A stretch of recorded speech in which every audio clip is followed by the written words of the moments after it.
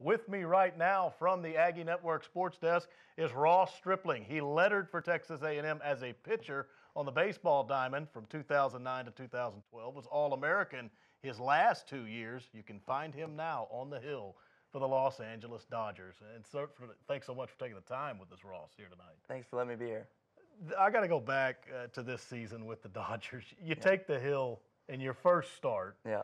It's raining. You're taking on the Giants, the Dodgers' rival, and you're trying to finish off a no-hitter in your very first start. Can you go back to that night and almost describe it as best you can for me? Man, just kind of threw me in the fire on the road at San Francisco as a major league debut. And, I can't even hardly tell you or remember what it was like to warm up, because you're just kind of numb and you're trying to get time to go faster because you're so anxious and nervous. And luckily, I was able to have a 1-2-3 first inning and get back in the dugout, and then you kind of reflect man, I just got Denard Span and Hunter Pence out, two really good professional, baseball players. And like you said, just kind of that game just kind of kept rolling along. And, through 3-4 innings, you kind of think, all right, we're going all right. And then 5-6, no hits. And then I threw a 3-2 change up to Brandon Belt, a UT Longhorn, and he hit a double play.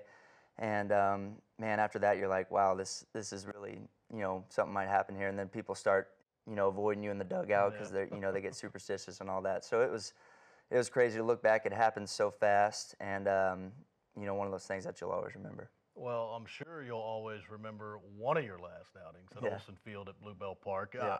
I'll ask you now to go back to May 12th of 2012 when you faced San Diego State.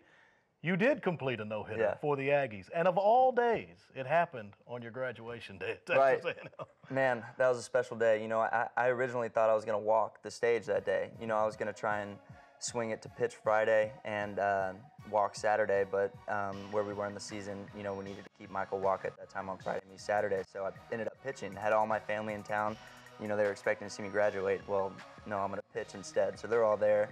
And like you said, it ended up being just such a special day, throwing that no-hitter. And it was such a strange game. It was 1-0. It was a close game, sort of like the one in San Francisco.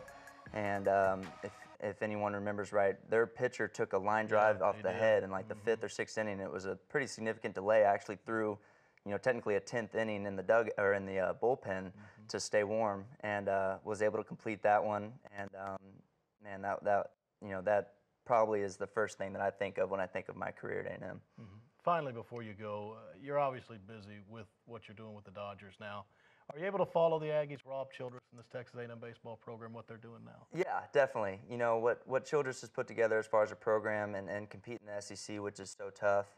And I think actually won the SEC tournament. Those guys got their rings today or yesterday. And, he's obviously put a great program together. And I keep up with them. It's easy through social media. A&M does a great job of doing things through Instagram and Twitter that I can really keep up. But as far as Childress, he's always texting, Walk and myself, we pitched against each other in May, and he's always texting us, talking smack, trying to get us fired up for that game. And, so definitely keep up with them and really excited about what they're doing and what they've put together.